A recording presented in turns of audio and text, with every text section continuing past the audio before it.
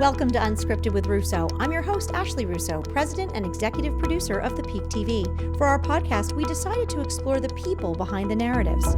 I'll introduce decision makers and influencers who are winners in their field and find out the intimate story behind their rise to success.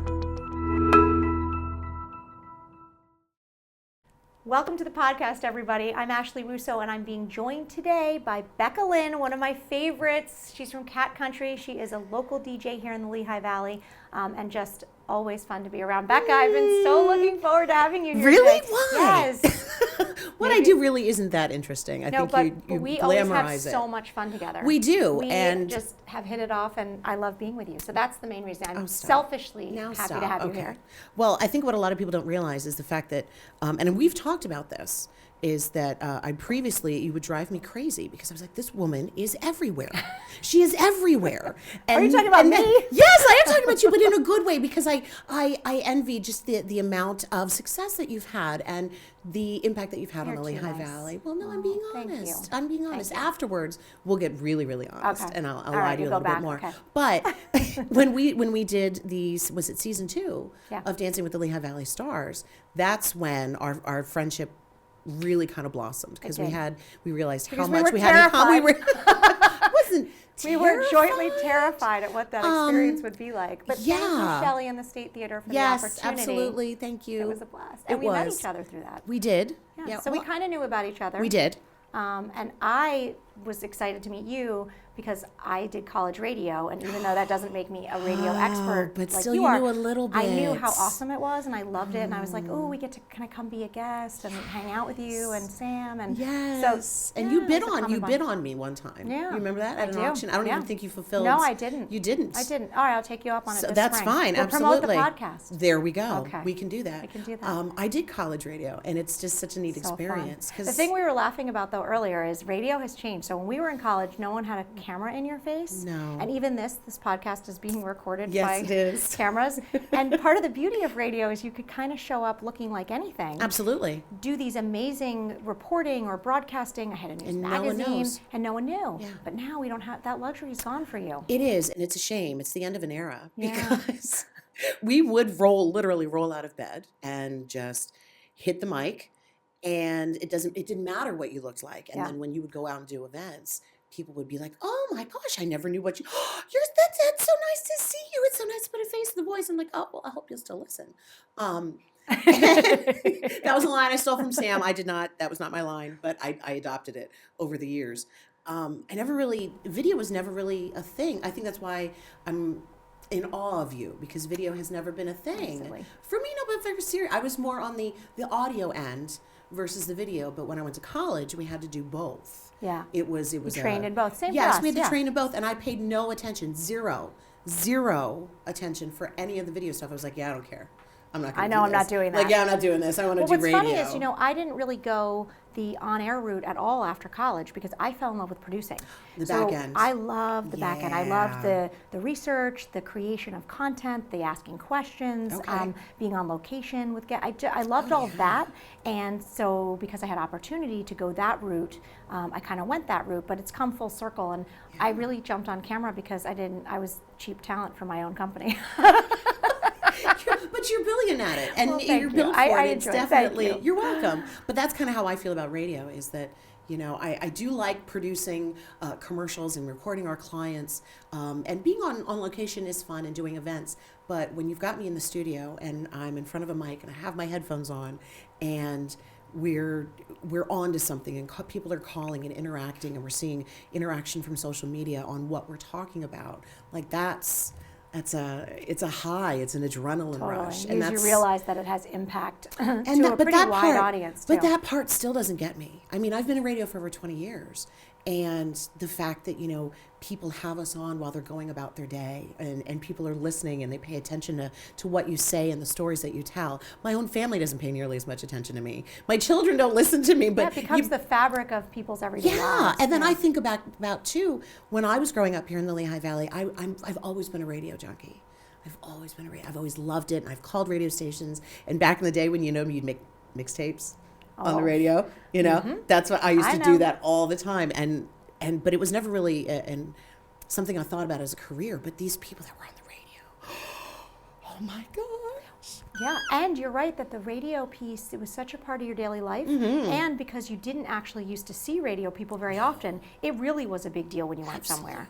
It still is, certainly, but I think that the whole thing that it's kind of available for people to watch has changed it a little bit. Before we go too much further, I want to point out that you have some wine here. I've gone to reach for it a couple times, but I know I wanted that we put have it out a lengthy conversation. We do. So cheers. My love. Thank you for being here. And so enjoy this wine just to make it a casual conversation. To refill it at any point? We can. Because I think there's no rules here. The more I drink, the more I talk. So let's go for it. If we're short on time, it's quite good. Is it good? Yeah, this is a shout out to my girlfriend Lorena Bravo at Organic Tans because she gave me Lorena this Bravo. one. I just became friends with her on Facebook. Wonderful, great businesswoman, cool model. So yeah, this is a little gift from her. Okay. So that was nice. So I'm usually not a wine drinker. I'm more of a vodka drinker, but yeah. That's right. Vodka is not as socially acceptable in these types of settings as wine that's is. Correct. So I feel fancy. I'm a major wine drinker. So thank you, Lorena. It's delicious. Let me ask you a question. Sure, ask me a question, please. Take people back a little bit. Tell me a little bit about your background. Where did you grow up, and what was like your family like? Siblings, parents. You don't want to know about that. Give me just a little snapshot of what was little tiny Becca Lynn like? Little tiny Becca Lynn was never tiny. Let's just put that way. Becca Lynn has never been tiny, and just simply on that note, I like to hopefully provide enough inspiration for girls that are bigger, and that can be a struggle growing up because when you're a bigger kid, you get bullied, you get teased, but you also have to find a different avenue for people to accept you. And so when you're funny and outspoken, there's your little avenue. So that's just a tiny little snapshot. But I love that, and it is one of the things that I love and respect most about you is it really is incredible that you very much are comfortable in your own skin, and I think that you put that out there to people. So, you get dressed up, you get dressed down, you share tattoos, you color your hair. Bring it. You're just so authentically Thank you all the time, and I do think that it really is inspiring for people, especially people who might be struggling to get that comfort or figure out who they are. And it's tough. And it is tough, and it's really something that I is. think with social media, girls in particular are struggling with so much more than ever before. Absolutely. And what I do like, though, and I think social media is a double-edged sword in that respect, because on one hand, yes, they're being bombarded with these images of this is what you should look like and this is what beauty is. But on the other hand, if they're following the right pages and they're connected with the right people, they're getting nothing but support and body positivity and how you can be comfortable in your own skin. You do not have to fit into a mold to be beautiful. And my daughter came to me the one day and she was like, Mommy, I'm not like the other girls in my class. I was like, good. You don't need to be like the other girls in your class you don't need to be part of the herd. It's a good thing to stand out. I know it's tough standing out when you're that age, when all you want to do so badly is to be part of that group and not stand out. But she can't help it. And I kind of that's like my own little window, that's right, girl, your mama's girl, you can't help it. It's sort of, I think it's positive when you have something, especially if it's a distinguishing characteristic or physical characteristic that allows you to have that conversation earlier. Yeah. Because the reality is all kids, I think teens in particular, preteen and teen, feel like they don't fit in. Oh my Even gosh, if they appear to be. On the surface, the kid who fits in exactly with everyone. And I've come across this with my daughter. Same kind of thing it's that idea that they still don't feel good enough and adequate enough inside. But I think if there's something about them that forces that conversation, you have an opportunity. So it's great that you're taking that with Mason. I love to pull up those the pages that I follow on social media and show her pictures of look at these models, look at these women. They don't fit into your what society says is beautiful, but they are stunning, gorgeous women, and they're strong women, and they're comfortable. Well, how about the model that's on the main thing that's 6 feet tall and felt awkward her whole life because she was tall and skinny? Right. I'm telling you. And then, I've never met somebody tall and skinny who didn't say, I feel really, it's actually sort of sucks to be tall and skinny. I'm awkward and gawky and... I can only imagine how difficult it is to buy jeans. Yeah. I mean, it's just, I struggle finding jeans. Imagine being that tall and not being able to... Anyway.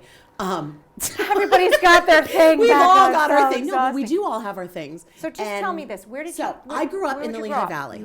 I am born and raised in the Lehigh Valley. Okay. If you're driving on Hamilton, what is now the new St. Luke's Hospital, that used to be Allentown Osteopathic Hospital. Yes, I've heard. That is where I was born. Wow. Yeah. Okay. I was. I'm an only child.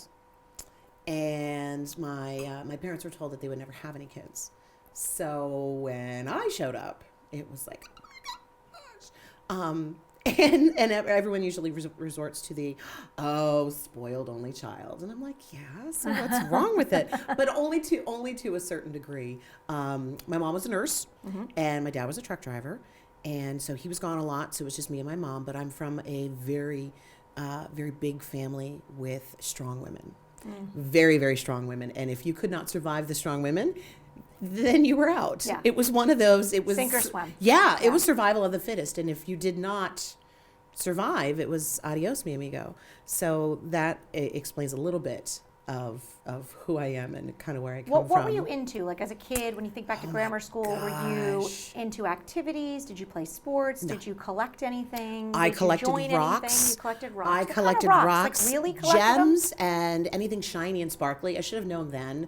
I didn't want to be an archaeologist. I wanted to collect jewelry. I think that looking back, that was really the thing. That's so funny. But I loved animals. I had wanted to be a marine biologist and swim with dolphins. And I loved 80s movies, you know, Jim Henson, anything artistic.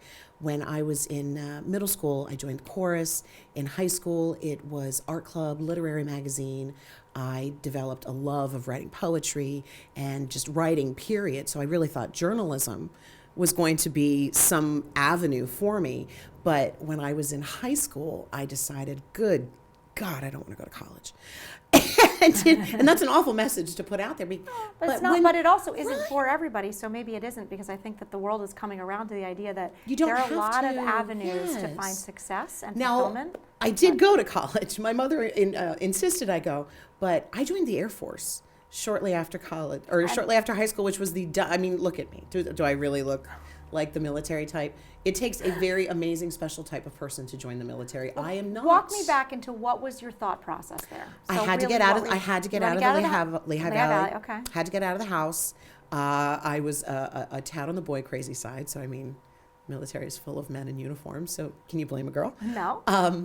Nothing like Fleet Week, New York. And when I got down, I got processed and went to basic training. It was one of those, what did I do? You want me to do what? Run how far? In the middle of the summer, San Antonio, Texas, Lackland Air Force Base. It was awful. Yeah. And luckily, that's how I always imagined it to be that way, and which of course is why you're like, God bless our military. Absolutely. Really, because it is such an it starts with just such an unbelievable physical commitment to do it, and then the mental fortitude and what you're facing. So yeah. So many people, God bless the people that can do it, because there are those of us that cannot do it. Well, and luckily I realized that I had knee problems, and so I was sent home. And when I get home, I'm going, she's going to make me go to college. I know she's going to make me go to college. I was like, can't I just be a bartender? Okay. My mom was a very strong woman. I don't know where I got that from. But I got home, and we lived in Orfield, and she's like, L-Tri-C is right up the street. Why don't you take some general courses at L-Tri-C? So for the first semester, it was liberal arts, and I was working with kids. I do love children. I love to work with children. I have two of my own, you know. And we'll get to that. We'll get to that. I talk about them all the time. But my first semester at L-Tri-C, there was a student activities fair going on in the cafeteria, and I saw that they had a college radio station. What? And they were like, we'll teach you how to be on the radio. What? Teach me how to be on the radio? Yes. And for 3 years, I did a morning show on WXLV 90.3, The Power at the Bottom of the Dial.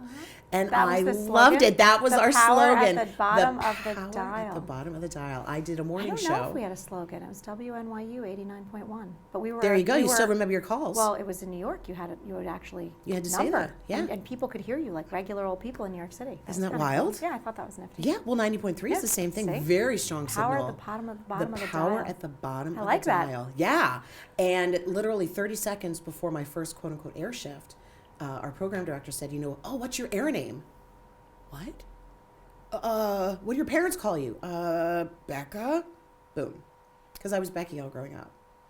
Really? Mm-hmm. Interesting. Yeah, my first name's Rebecca. Yeah. And your nickname, Becky. Becky. That's all I was. So if you ever meet family or any of my friends, they'll call you Becky. It's all Becky. And it throws my husband off because where does the Lynn come from?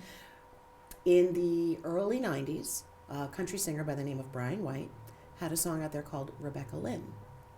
And so when I first started at Cat Country, that song was popular, and the program director was like, boom, Becca Lynn, there you go. And so it was Rebecca Lynn. That was my first commercial air name. Interesting. Yeah. It's morphed a lot. When I was doing Nashville radio, I was Becky Madison. And then I also was... Well, Ashley Madison killed that. I was basing it off Adam Sandler. You took that direction. Sorry. You took that one all on your own. I had no influence on that one. But it was... Adam Sandler was big, and he had the movie Billy Madison. Yeah. So I was Becky Madison. Yeah. So that was that. But well, anyway. I'm Ashley, so Ashley Madison, Howard Stern, they... Oh, yeah. What's your middle name? Renna, my daughter's name. Yeah. Oh. Yeah. Yeah, so Renna is my great-grandmother's. She was Teresa Renna. It's an Italian last name. Okay. And so then my parents named me Ashley Renna. And Joe and I always said that if we had a daughter, we would name her Renna as the first name. Plus, it's a family name. It's beautiful. So, yeah, so technically now it's my maiden name, Saunders. Okay. But that's my, growing up, it was Ashley Renna. And I still have an email account with that. Do you? Mm-hmm. It's sweet. People think I just love my daughter more than my son, I think, now. You're But like, it's no, just really, it's my name. Yeah. See, that's what I love about you, because you'll own up to it. Yeah. Yeah. It's okay. So, yeah. All right, so Air Force, you get out, you're here, I get out, you go to college radio, college Tri-C. What do you end up studying there? Well, I switched my majors. As soon as I learned there was a college radio station on campus, I switched my major to broadcast communication, sales, and marketing, which sadly is not a program that they offer at Tri-C anymore, which is such a bummer. Yeah, but you know why? Because each one of those things 25 years ago was rolled together. Right. Now each one is this deeply segmented because, of course, world is so much bigger and more complicated. But I agree with you. I think that sort of cross, I guess, training is very important, and certainly ends up coming into play into so much of what we do. Absolutely. Every day and every week. Because aside from the video aspect, but the broadcast and the marketing and the sales, I do that on a regular basis. It's all rolled together. And you do it too. Yeah. So you understand it. It does all roll together. But in this day and age, we're dating ourselves. You said 20, 25 years ago, and I wanted to reach across the table. Well, I have my 25th high school reunion in 6 weeks. What year is this? This is 2019. 19. I graduated high school in 94. I'm 23 this year. I graduated in 96. Yeah. Well, these girls were probably all born after that, right? Yeah. Yep. Yep.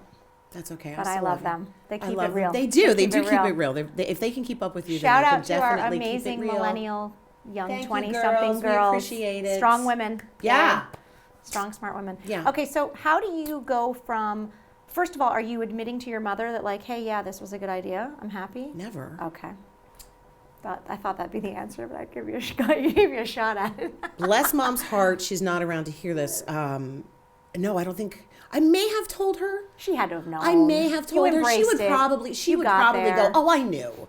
She would probably say something like that. But it was great because I met my husband. Okay, I was going to ask you about That's Brady. where I met my husband. We're actually coming on 19 years of marriage this year, which is look crazy. at us, and we're 20 this year. Yeah, can you That's believe? Crazy. Look at us. Yeah, so deal. we're doing classes together. I started doing mobile DJing, which is a very natural thing for most. What's mobile DJing? Like a wedding DJ.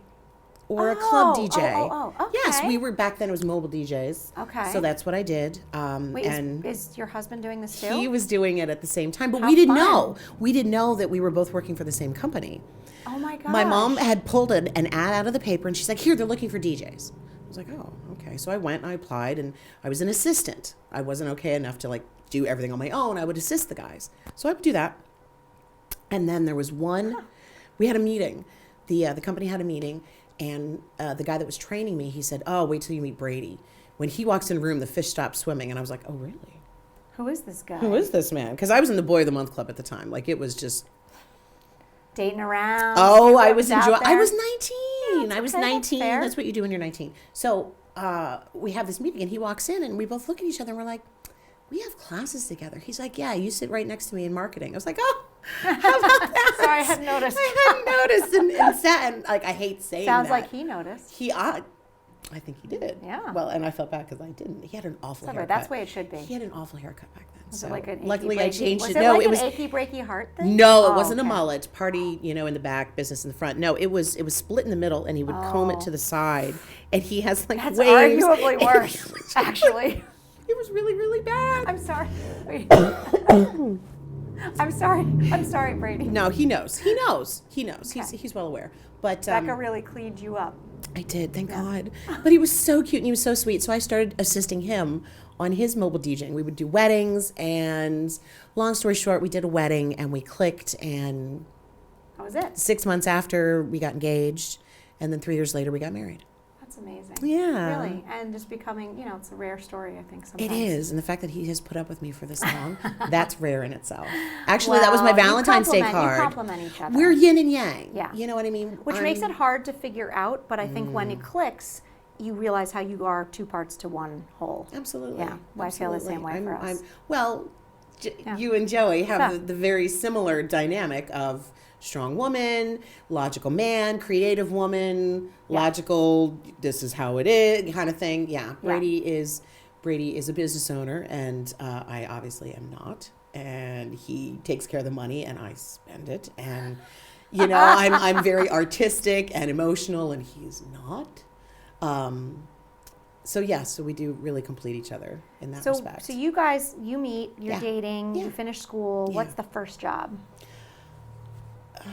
Cat Country 96. I was actually still in college when I got my first job at Cat, and Cat had become Cat in 97, and I started working there in 98. And I was still in college. It took me a little bit longer to get my 2-year degree, but that's neither here nor there. You did it. I did it. I got it. I did get my degree. And so I started, he encouraged me, actually. It was a funny little story because we had started dating. We were still in college, and we were listening to Cat Country, and I had called to request a song.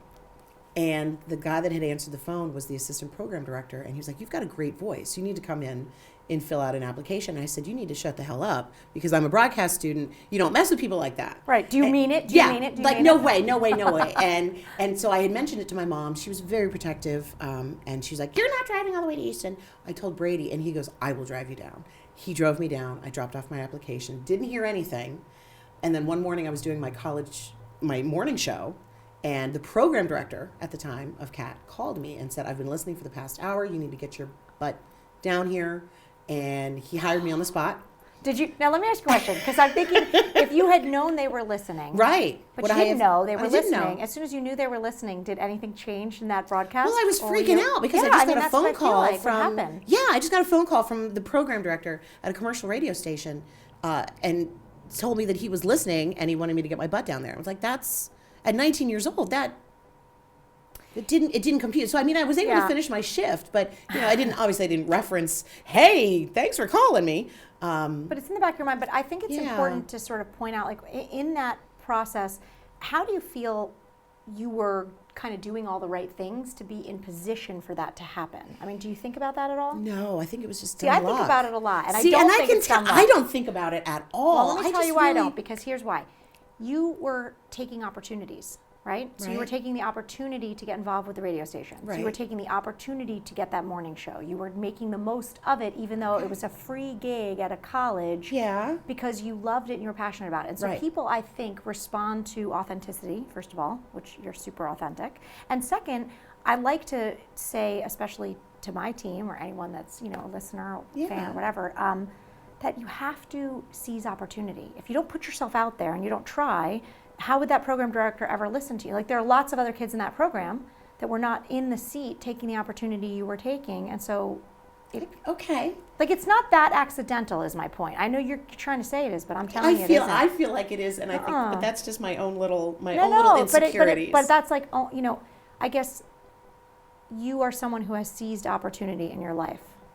Well, yeah. I mean, if the door's going to open, I'm damn well going to walk through it. Well, there you go. Is that that's taking it. my opportunity? That's it. Okay, because so that then was you're my, there. Yeah. My mom was very much against it, and again, I really have to stress the fact that she was a very strong influence in my life, and doing things that she wasn't happy about was not kosher. It's interesting to me, though, that on one hand, she was against it, you're saying, but on the other hand, she's giving you tips on opportunities in the field.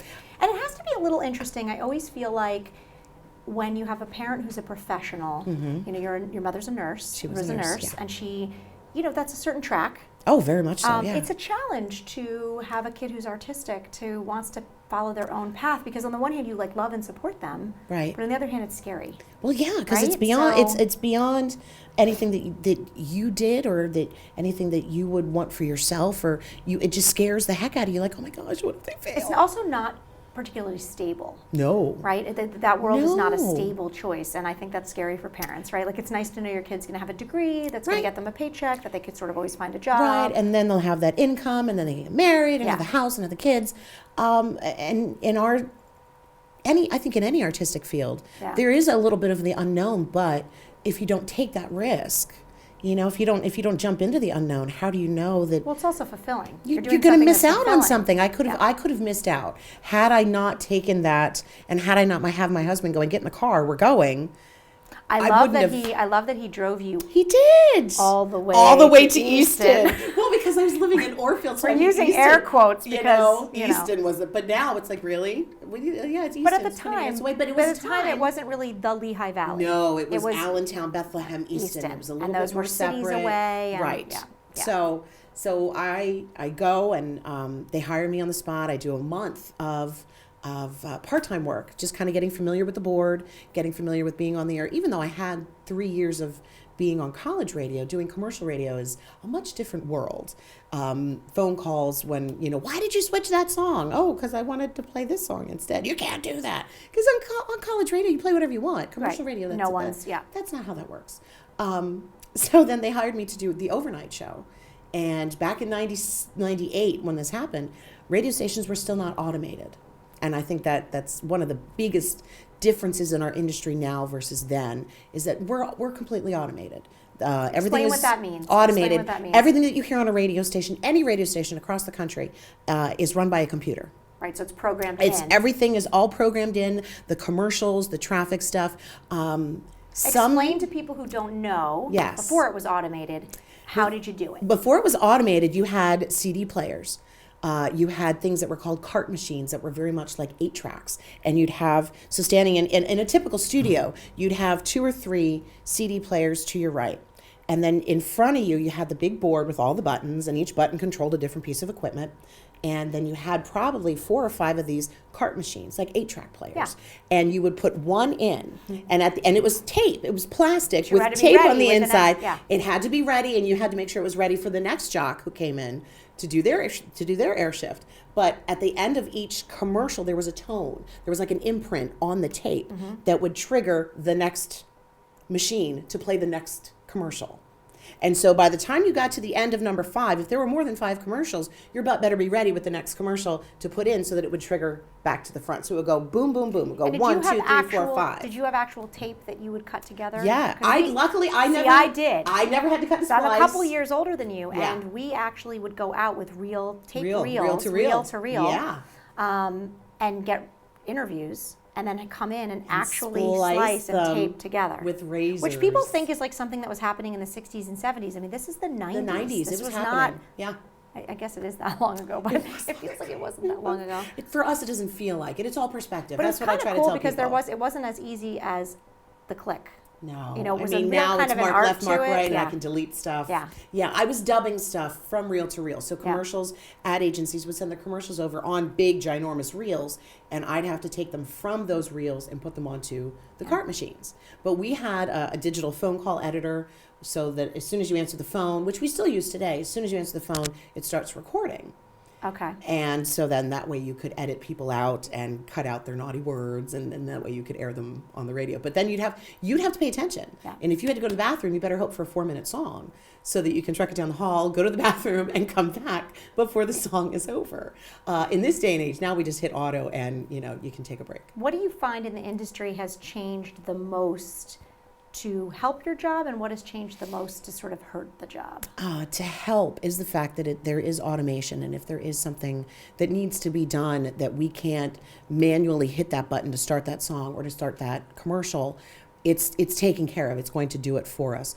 Digitally, the amounts of prep that we have to do to do a show. And when I say prep, you have to know what's going on, like in the past 24 hours, the news that's going on locally and nationally, entertainment news, news that has to do with your artists. So with our format, I have to know what's going on with my country artists. And how do you do that? What's your methodology of, let's say, research or keeping up with it all? So back in the day, it was magazines and it was newspapers, and you would have to get up early, you'd have to stay up late to watch the TV shows, and you'd have to read the magazines and read the articles. And now when I get to the station, I literally open 4 websites and I have it at my fingertips. I can open these websites and I can check on what happened in the past 24 hours with country artists, locally, nationally. It's literally just a matter of opening my trusted industry prep sites. That's what we call them. They're sites, they're websites that are actually put together for those of us, for professionals in radio, and they're format specific. So we have one that's just country. It's all about country music. Talk to me about your co-host. So Sam Malone, you guys have been together 15 this year. This September it'll be 15 years. He's like your work husband. He really is. But we've been friends way longer, because when I started working at CAT 98 to 99, he was doing nights. So I was on after him. He would do 6 to 11 or 6 to 10:30, and then I would come on after him. So we would spend time. And also you have to remember, I was 19. And Sam is 6 years older than I am, so he was 25. So he was just this immature, Sam looks big young. guy. He does. He looks extremely young. Yeah, he's got that baby face, and he's got a baby. Yes, and he's sweet. He has a sweet demeanor too. He is, and he's very much like the brother I never had. He's like my work hubby. But we became friends then, and much to a lot of people's surprise, nothing ever. Always just almost like a sibling. Always just a sibling kind of friendship kind of thing. And so, I mean, I'm not surprised to hear it, because to see your dynamic very much seems like I am with my cousins. Yes. It's sort of got that feel very to me, much so. Where it's like it's that you guys are really funny on social media. You're very funny on the air. You jab at each other. You tease each other. You know each other too well. We do. We really do. So tell me what you love most about working with Sam, and tell me one challenge. You can start with the challenge if you want. No, I don't want to out him there, because there's a lot. There's some. No, I don't want to say there's a lot, because this could get me in trouble. Well, he's a different person than I am, and he lives a different life than I do. I'm married. I have kids. He's a bachelor. Yeah. So the challenge is that the things that I would call a challenge are really just a different lifestyle. Yeah. That's really what it is. What I love most about him is his ability to make me laugh and say some of the dumbest stuff, and it catches me off guard, and it makes me laugh. Genuine belly laugh. I never thought of that. The perspective that he has, the different way he looks at the world, that just makes me laugh, and it's a delight. I mean, we start at 5 a.m. and in order to laugh. Realize that when you are a duo, you kind of can't fake the chemistry. It either is or it isn't. And again, I think audiences know authenticity, and when there's that genuineness, you can feel it, and it's so sort of pure with you and Sam. Thank you. And you can see it in person too. Thank you. We've always had that kind of interaction together, that it was just always kind of buddy, and luckily we've never had to force it, because it always has just come very, very natural to us. But as a challenge, I'm not gonna rat him out too much. He doesn't necessarily pick up after himself. Let's just put it that way. Well, he's a bachelor. There's coffee. There's coffee cups. We wives whip them into shape. Yes, we do. Without that, and I'll walk around and I'll pick up his keys and I'll pick up his stuff, and I kind of gather it. I'm like, dang it, I'm at home doing this. Shouldn't have to do it at work. Well, that's okay. We forgive him. We do forgive him, because he's so ridiculously creative, and creative people tend to be slobs. Yeah, that's what I tell my husband. Explain to him that's why I don't clean as much, honey. I'm creative. Okay, I'm supposed to be. You're talking about a little bit about your family. You've mentioned your kids. Yes, so my you children. You have 2 children. What do you want to tell me about your 2 amazing children? I have 2 amazing children. My daughter is 10. Her name is Mason, and she has a sense of humor that reminds me of Sam, because she has a way of looking at things and saying things that just catch me off guard, like, you're right. That's funny. And she makes really great observations about people, and she's so much more mature than 10 years old. If you have a conversation with her, you're like, are you sure this little girl's 10? Because she carries herself in a way that is more like 14, and that's very scary. It's very, very scary. And it's she's got cool these too, big, though. beautiful blue eyes and this long blonde hair and She does. just this flawless skin. She's one of those girls that just like a little bit of cover up and mascara and boom, she is, you know what I mean? Yeah. The kind of girl that's just Effortless. Effortless, yes. But it's not just about her beauty. There's so much more to her, and she's very empathetic. She wants to make sure that everybody's okay. If things are particularly stressful in the house, she'll come up and she'll rub my back. She'll, Mommy, are you okay? Is this a touch me not mood? My son is like that. Yeah, it's that's special. really in tune with his environment and the emotions of the people around him. And it's a real, I feel like it's a gift. It's a gift. It really is. It's a rare quality, and it's sort of an amazing thing. Yes. And what about your son? My son, Noah. Noah. He is, he's 5, he'll be 6 in May. And him and I have that special mother-son thing that you hear about, that people talk about, but until it happens, you never fully understand it or expect it or even really know how to explain it. But he is, and that's odd for me because usually, I mean, I can talk your ear off. Yeah, you don't know what to say. But for him, I don't know what to say because he is this ball of perpetual motion. And he's got a great sense of humor. Right now, we're very much into potty humor, so most jokes are about farts. Sure, he's a little boy. Yeah. That I wasn't used to. Well, that caught me off guard. I was going to say, you're an only child. And I you're am a an only girl. child. I'm a girl from a family dominated by women, and I had a girl, so I only had one frame of reference when this little guy shows up. And you have a little break between the kids. So yes, 4.5 years, because I had told my husband, I said, look, I had my son at 35, and as I'm approaching that 35, that advanced maternal age, I said, look, if it doesn't happen by the time I'm 35, we're done. He's like, okay, well, don't I get pregnant right before my 35th birthday? So that's why there's I was meant to have that son, but I was, and that's the way I look at it. He is, again, perpetual motion.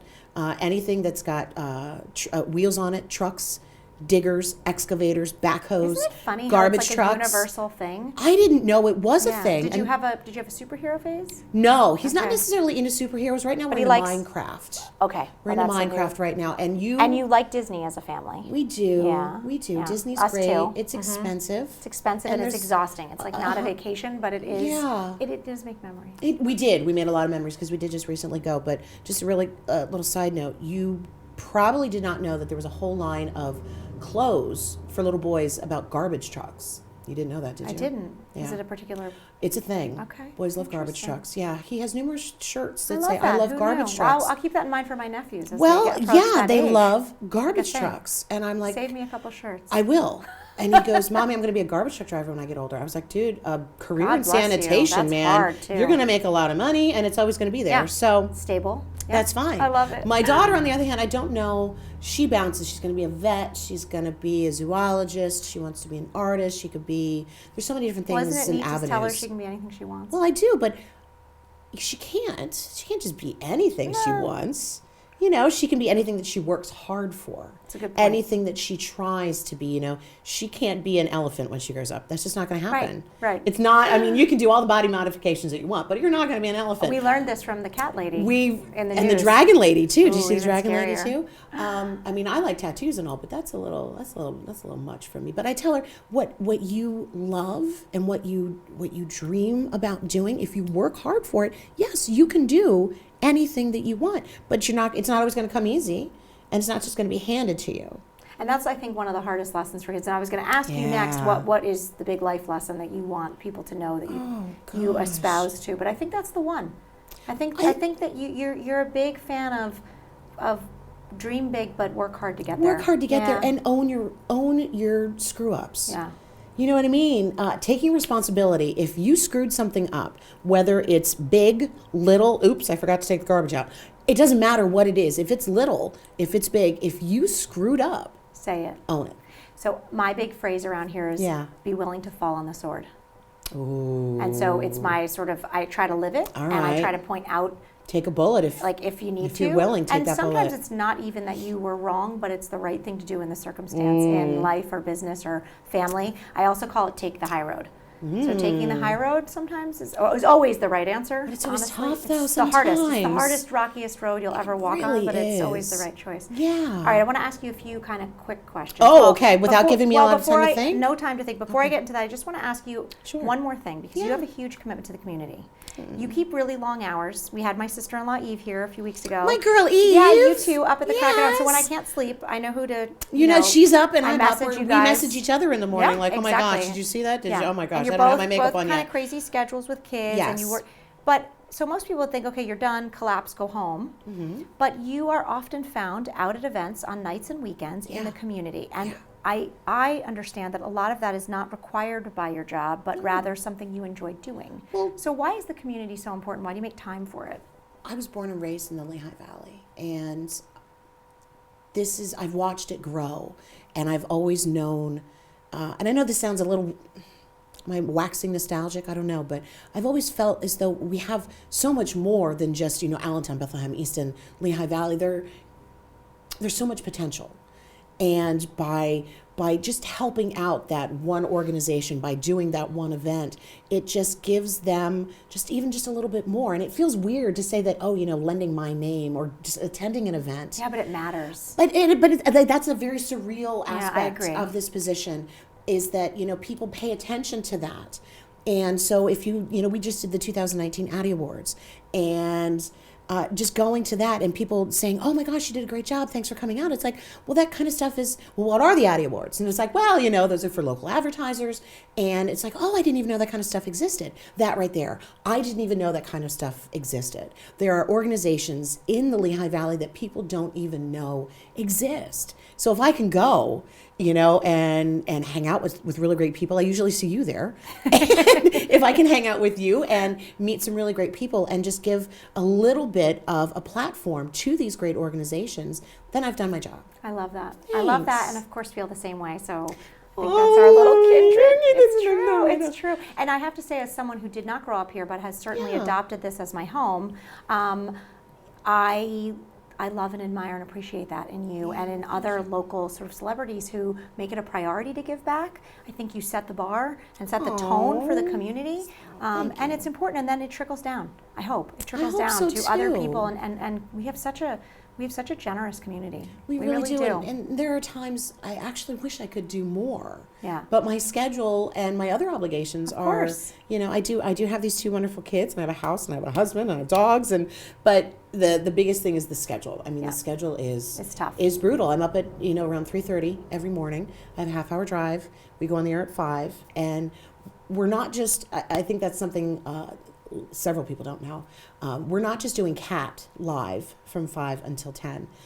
We're also syndicated. We're a national show. So in numerous markets across the Lehigh Valley, or numerous markets across the United States, Sam and I are providing audio for smaller market and smaller radio stations.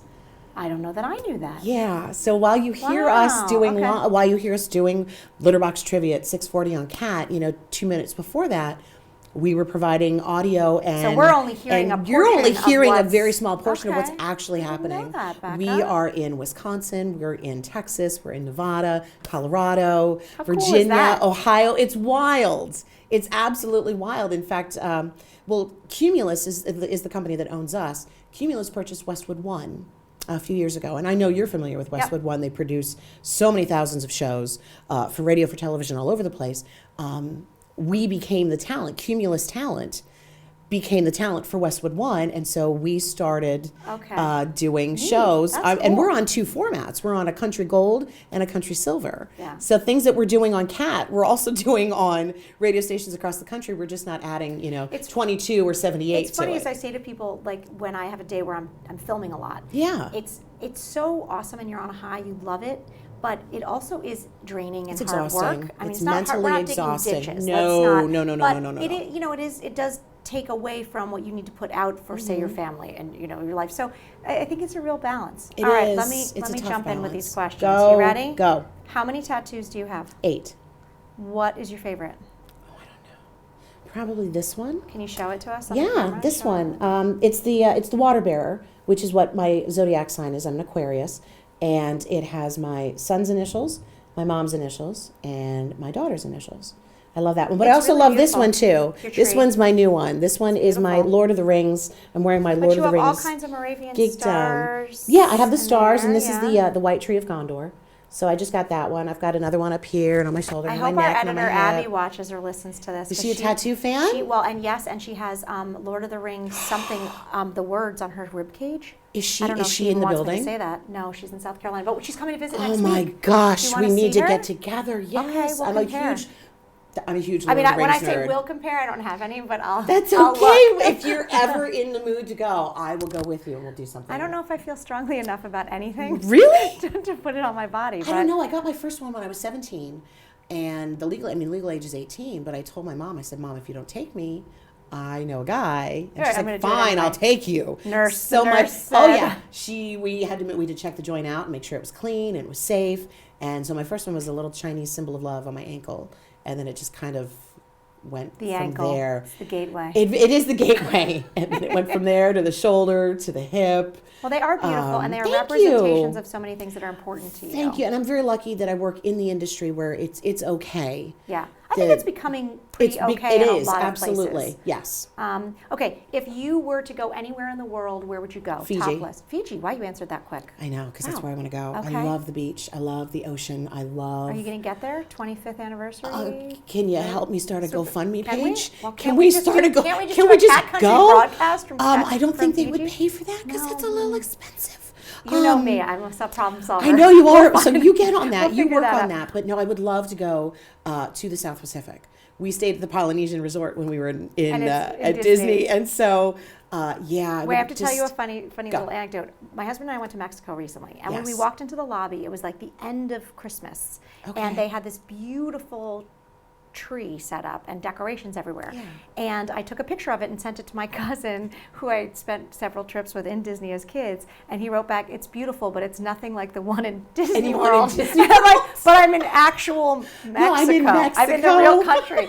And he was dead serious that you just can't, because Disney does everything as Disney- authentic as they can get. Disney is, Yeah. is top of the line. They do not mess around on anything. But I love the tranquility of the that ocean culture. and the beach. Joe really wants to go there too. So we should we get should one make of those it good. bungalows Yeah, over the water. Okay, Yes. if you could have a last meal, one thing that you would eat, or just favorite meal, like if you Well, can pick one thing. I don't know. My favorite food above anything else is chocolate. I'm a huge chocoholic. Oh, we're counting that as a food group. Okay. You don't?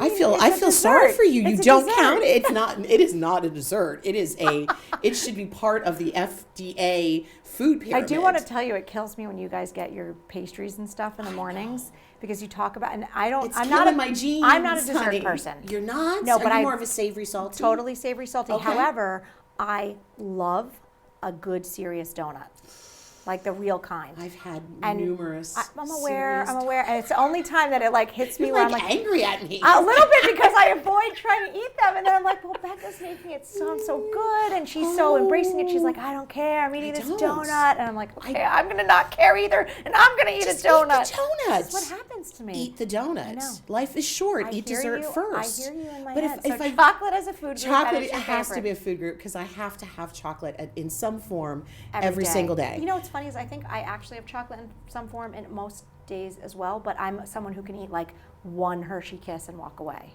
What kind of monster are you? I know, but I'm a Oh, savory I person. don't know. But You're I need a savory. whole jar of pickles or olives. Oh. Yeah, like something, or cheese Okay. or Well, now cheese. I mean, Italian meats. Yeah. Okay. Okay, like a meat and like cheese an platter. antipasto platter. Oh, that's for me. okay. Mhm, okay. Oh my gosh, my final meal. It may actually be Chinese food. Chinese food. What is your favorite Chinese food dish? I love Chinese food. Oh my too. gosh. Chinese, I can't pick a favorite because I love them Anything. all. My very first job was at a Chinese restaurant. It was a funny little joke with the family. I was the token American girl that worked at the Chinese restaurant that would answer the phone, and I would take people's takeout orders, and I would package their takeout orders and get them Did ready. you get to eat for free? All the time. That's awesome. Yes, egg rolls, nonstop. Love that. Love egg rolls. See, I like Chinese the most when it's a lot of people, because you order a lot of you order a lot, things, and then so it's a everybody. smorgasbord, See, you know? I do that Yeah. even with a family I of do four, too. and my husband goes, "We are not feeding. don't need this Why much do we need food." this much?" I I'm like, know. "Well, then that way we'll have leftovers." Yeah, I do the same exact Yeah. thing. So we need to get Chinese We together. do. That or love a it. good Chinese buffet. I know a good one. One more question for you. If you were not doing this job, what career would you have? I have no flipping idea. I've thought about it. It would probably have to be something with either kids or animals, because I absolutely love kids. I love to play with them. I love to get on their level and talk to them, because they're just little humans. They're just little humans, and it's our job. It's funny, I was explaining this to my husband or to my son last night. It's my job to raise him to not just be successful, to not just go out and conquer the world, but to be happy. Yeah. Like to be content, to get the things that make him happy, to find that thing that is the spark. So being able to see that in little kids and play with them and get on their level, and talk about the fact that I've got purple hair or I've got tattoos, and touch. Massage therapy. Maybe I'm a massage therapist, like a dog or a kid massage therapist. It's funny. Sometimes, I don't know if that's a thing. there are chiropractors for horses. There's horse massage. So maybe. So there you go. Then I do that. That's what I could do. Sometimes all it takes is a person letting a kid know that they're valid and that they matter. And so that is you in a nutshell, Becca Lynn. Stop it. With that, unfortunately, we're kind of out of time. Are we over already? Well, you and I could talk all day, all night. We could go on our retreat. Yes. They'd be so annoyed. We get kicked out of quiet places, I'm sure. But we've been shushed a couple of times. You're the best. So Becca Lynn, Cat Country. Thank you. Please, everybody, listen. And what else? Where can they find you online? We are on Monday through Fridays, 5 a.m. to 10. I'm actually on until noon, so I pull really long hours. But we're at catcountry96.com. You can find us on Facebook. You can find us on Twitter. Hit us up. Listen, please. We and play get involved. country You music. You love your viewers. You love interaction. We do. We have a lot of fun. Viewers, yes. Both. Give us a chance, because so many times, I don't like country. Give it a chance. Give it a chance. It will grow on you. And the genres have all kind of mixed, so I agree with you. We've got a lot of country and rock. I listen a lot. There's so many really great artists that are coming to the area. All right, Becca Lynn, love you. Thank you so much for being here. Everybody, this has been Unscripted with Russo. Thanks. Until next time, we'll talk to you soon.